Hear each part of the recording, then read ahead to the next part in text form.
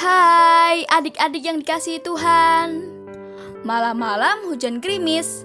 Shalom adik-adik manis. Bagaimana kabar kalian? Kakak yakin pasti luar biasa. Nah, sebelum kita masuk ke renungan, mari kita berdoa bersama.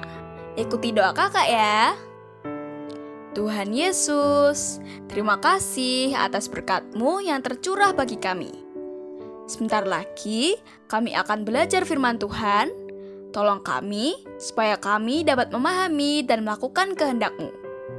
Dalam nama Tuhan Yesus, haleluya, amin. Nah adik-adik, hari ini kita akan belajar dan merenungkan firman Tuhan dari 1 Samuel 3 ayat 10, yaitu tentang panggilan Tuhan bukan hanya untuk didengar, tetapi untuk ditaati. Kakak akan bacakan ayatnya ya. 1 Samuel 3 ayat 10. Lalu datanglah Tuhan, berdiri di sana dan memanggil seperti yang sudah-sudah. Samuel, Samuel. Dan Samuel menjawab, berbicaralah, sebab hamba-Mu ini mendengar. Nah, pernahkah kalian dipanggil oleh ayah atau ibu, tetapi kalian pura-pura tidak dengar? Atau mungkin kalian dengar, tetapi tetap tidak melakukan apa yang diminta? Nah, hari ini kita belajar dari seorang anak bernama Samuel yang punya hati yang siap mendengar dan taat kepada Tuhan. Samuel masih muda saat itu. Ia tinggal di rumah Tuhan dan melayani di bawah bimbingan Imam Eli. Suatu malam, ketika Samuel sedang tidur, ia mendengar suara yang memanggil namanya. Samuel, Samuel. Awalnya, ia pikir itu suara Imam Eli. Tapi ternyata itu adalah Tuhan sendiri yang memanggilnya. Nah adik-adik, ini luar biasa sekali. Tuhan berbicara langsung kepada seorang anak muda. Tapi yang lebih luar biasanya lagi adalah sikap hati Samuel. Ketika ia tahu bahwa itu Tuhan yang memanggil, ia menjawab dengan rendah hati. Begini katanya, berbicaralah, sebab hamba-Mu ini mendengar. Itu artinya Samuel tidak hanya mendengar suara Tuhan, tetapi ia juga siap melakukan apapun yang Tuhan mau.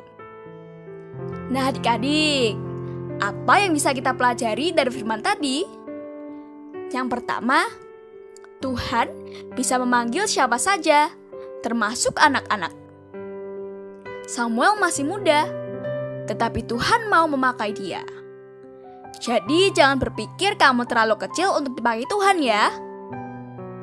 Lalu yang kedua, mendengar saja tidak cukup, tetapi kita harus taat. Banyak orang mendengar suara Tuhan lewat firman-Nya, tapi tidak semua orang mau melakukan kehendak-Nya. Tuhan mencari anak-anak yang seperti Samuel, yang berkata, Tuhan, aku siap melakukan kehendak-Mu. Lalu yang ketiga, sikap hati yang rendah hati dan bersedia. Samuel tidak sombong atau takut. Ia hanya berkata, hamba-Mu ini mendengar. Itu menunjukkan bahwa ia siap menjadi pelayan Tuhan. Yuk adik-adik, kita mau mendengar suara Tuhan dan melakukan kehendak-Nya. Mari kita bersama-sama bersatu di dalam doa. Tuhan Yesus, terima kasih karena Engkau juga mau berbicara kepada kami, anak-anak-Mu. Tolong kami untuk tidak hanya mendengar panggilan-Mu, tapi juga taat dan melakukannya seperti Samuel. Ajari kami untuk punya hati yang lembut, rendah hati, dan siap melayani-Mu. Dalam nama Tuhan Yesus, kami berdoa. Amin. Nah adik-adik, bacaan hari ini adalah Yeremia 30.